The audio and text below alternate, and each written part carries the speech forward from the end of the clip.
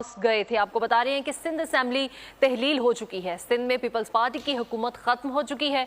सूबाई असेंबली तहलील हो गई। गवर्नर सिंध ने असेंबली की तहलील की समरी पर दस्तखत भी कर दिए हैं। वजीर आला सिंध मुराद अली शाह खुद समरी लेकर गवर्नर हाउस गए थे। आपको बता रहे हैं कि सिंध असेंबली तहलील हो चुकी है और वजीर आला सिंध खुद समरी लेकर गए थे। वजीर आला सिंध मुराद अली शाह कहते हैं कि 5 साल इतने मुश्किल में गुजारे हैं।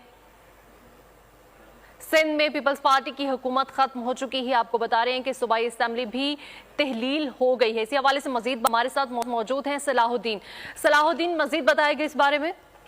हाँ जी बिल्कुल, सिंध असेंबली जो है उसको तहलील कर दिया गया है। इस हवाले से जो वज़ीर आला सिंध मुराद अली शाह एडवाइस लेकर गवर्नर हाउस गए थे और उन्होंने गवर्नर सिंध कामरान खान टिसोरी को जो है एडवाइस दी थी कि सिंध असेंबली को जो है वो तहलील कर दिया जाए, जिसके बाद गवर्नर सिंध ने उस पर एडवाइस पर दस्तखत कर दिए हैं और ये सिंध असेंबली अब जो है वो तहलील हो चुकी है। और सिंध असेंबली ने जो है 4 साल 11 माह 29 दिन जो है वो बिजनेस चलाया है और सिंध असेंबली अब 4 साल 11 माह और 29 दिन के बाद अब जो है बाकायदा तहलील कर दी गई है। सिंध असेंबली जो है अब तहलील हो चुकी है और सिंध असेंबली के हवाले से जो वज़ीर आला सिंध सैयद मुराद अली शाह ने पहले ही बताया था कि वो एक रोज कब जो है वो इस असेंबली तहलील करना चाहते हैं, तो इसके बाद जो है वो आज वज़ीर आला सिंध ने सिंध असेंबली से जो है वो बिल्कुल सी तहलील हो चुकी है। सलाहुद्दीन हमें आगाह कर रहे थे, बहुत शुक्रिया। सुप्रीम कोर्ट ने review of orders and judgments act कलअदम करार दे दिया। चीफ जस्टिस की सरबराही में 3 रुकनी बेंच ने 19 जून का फैसला सुना दिया। 87 सफाहत पर मुश्तमिल मुतफ़क्का फैसले में कहा गया है कि पार्लियामेंट ऐसी कानून साजी का इख्तियार नहीं रखती। ये मुमकिन नहीं कि कानून के आइन से हम आहंग करार दिया जाए। अदालत ने आइन का तहफ़्फ़ुज़ और दिफा का हल्फ उठा रखा है। जस्टिस मुनीब अख्तर का इजाफी नोट भी मुतफ़क्का फैसले का हिस्सा बना दिया। बड़ी अदालत का बड़ा फैसला, Supreme court review of orders and judgments act कलअदम करार। चीफ जस्टिस की सरबराही में सुप्रीम कोर्ट के 3 रुकनी बेंच ने नसरसानी कानून के खिलाफ दरख्वास्तों पर मुत्तफ़िक़ा फैसला सुनाया। ख़ुसूसी बेंच ने 19 जून को फैसला महफूज किया था। चीफ जस्टिस सुमरता बंदियाल ने फैसला पढ़कर सुनाया। फैसला सुनाने से पहले दरख्वास्तों को काबिल समाअत करार दिया गया। 87 सफ़ात पर मुश्तमिल तफसीली फैसले में कहा गया है पार्लियामेंट ऐसी कानून साजी का इख्तियार नहीं रखता। रिव्यू ऑफ जजमेंट आईन पाकिस्तान से वाज़ेह तौर पर मुतसादिम है। यह मुमकिन नहीं है कि इस कानून को आइन से हम आहंग करार दिया जाए। हमने आइन का तहफ़्फ़ुज़ और दिफा का हल्फ उठा रखा है। फैसले में लिखा गया कि कानून आइन के मुताबिक है या नहीं। इस अदालती इख्तियार को बहुत एहतियात के साथ इस्तेमाल करना पड़ता है। जस्टिस मुनीब अख्तर का इजाफी नोट भी मुतफ़िक़ा फैसले का हिस्सा बनाया गया। कहा, अपील और नज़रसानी मुतरादिफ नहीं बल्कि मुख्तलिफ चीज़ें हैं। तयशुदा असूल है कि सादा कानून आइन में तब्दीली या इजाफा नहीं कर सकता और सुप्रीम कोर्ट रूल्स में तब्दीली अदलिया की supreme court review of judgments act के खिलाफ नजरसानी अपील की प्लानिंग कर ली। स्पीकर फैसले की कॉपी मंगवा ली। पहले खुद बगौर जायजा लेंगे, जिसके बाद कानूनी माहिरीन से मुशावरत की जाएगी। मशवरे के लिए अटॉर्नी जनरल को भी बुलाया जा सकता है।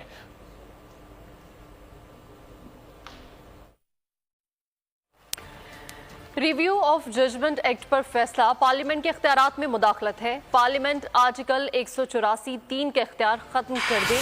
ना रहे गांस, ना बजेगी बांसुरी। रहनुमा नून लीग राना सनाउल्लाह का अदालती फैसले पर तबसरा।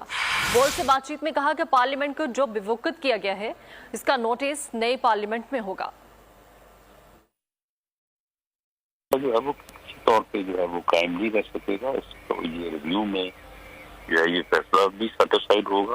पार्लियामेंट को बेवकूफ़ करने की जो कोशिश है, इसका भी नेक्स्ट जब पार्लियामेंट वजूद में आएगी तो इसका भी नोटिस जो है वो मुझे लगता है कि जरूर होगा, क्योंकि पार्लियामेंट आइन की हालत है। पार्लियामेंट ने वजूद दिया है आइन को, वजूद दिया है सुप्रीम कोर्ट को।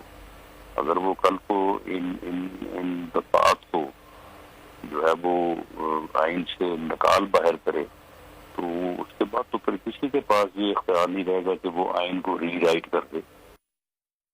अता तारड़ कहते हैं कि कानून के तहत नवाज शरीफ और जहांगीर तरीन की 5 सालाना अहली खत्म होगी। सुप्रीम कोर्ट नजरसानी कानून से नवाज शरीफ की वापसी का कोई ताल्लुक नहीं। कहा कि 16 माह की हुकूमत के दौरान किसी से सियासी इंतकाम नहीं लिया गया। चेयरमैन पीटीआई कहते थे कि उन्हें नहीं छोड़ूंगा, जेल में उनको कोई सहूलत नहीं दूंगा। आज खुद जेल में सहूलियात का मुतालबा कर रहे हैं। इस कानून के तहत सिर्फ रिव्यू का राइट दिया था कि जिसका रिव्यू वहां से रिजेक्ट होता है उसको एक राइट मिल जाए कि वो असर नौ रिव्यू फाइल कर सके। तो मियां साहब का केस तो जुमरे में आता नहीं है। मियां साहब का 5 साल की डिस्क्वालिफिकेशन की कानून साजी आ चुकी कि वो लाइफ टाइम नहीं होगी, 5 साल होगी, वो उनकी मुद्दत खत्म हो चुकी हुई है। जहांगीर तरीन साहब की भी खत्म हो गई हुई है।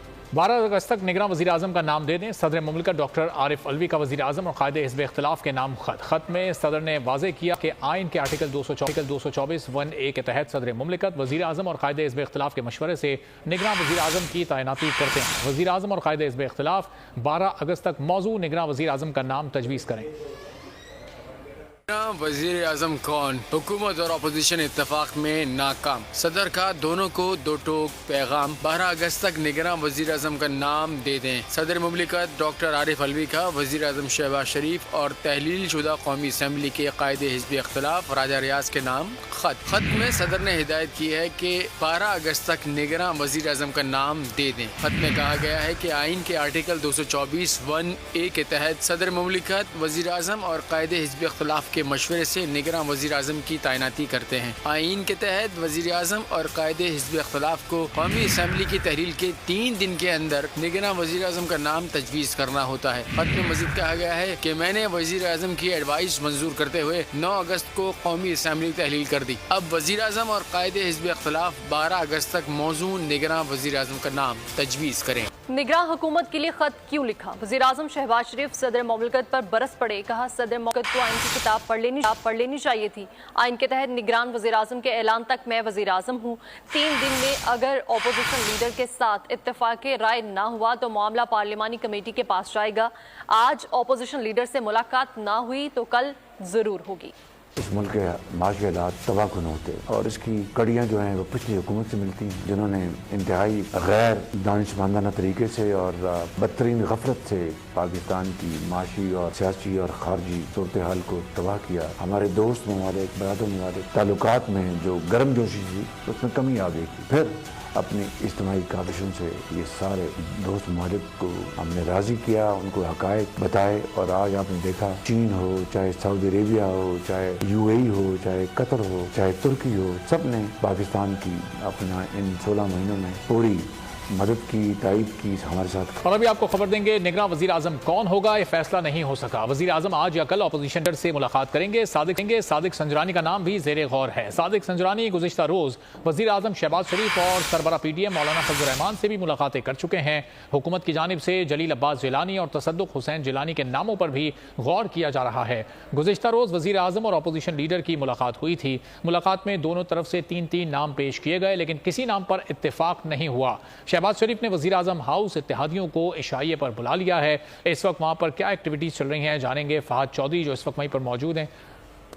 निगरान वजीर आजम कौन होगा, यह फैसला नहीं हो सका। वजीर आजम आज या कल अपोजिशन लीडर से मुलाकात करेंगे। सादिक संजरानी का नाम भी जेर गौर है। सादिक संजरानी गुज़िश्ता रोज वजीर आजम शहबाज शरीफ और सरबरा PDM मौलाना फजल रहमान से भी मुलाकातें कर चुके हैं।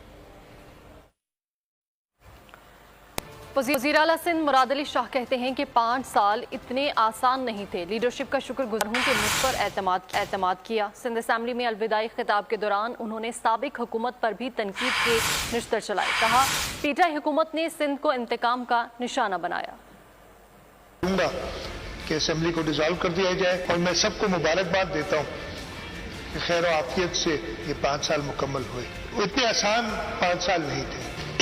किस तरीके से इस असेंबली को, इस हुकूमत को चलने से रोका गया। मकसद क्या था कि सूबा सिंध को डिस्टेबलाइज करना है। एक तरफ ये जो मैन मेड साजिशें थी पीपुल्स पार्टी के खिलाफ ये हुई।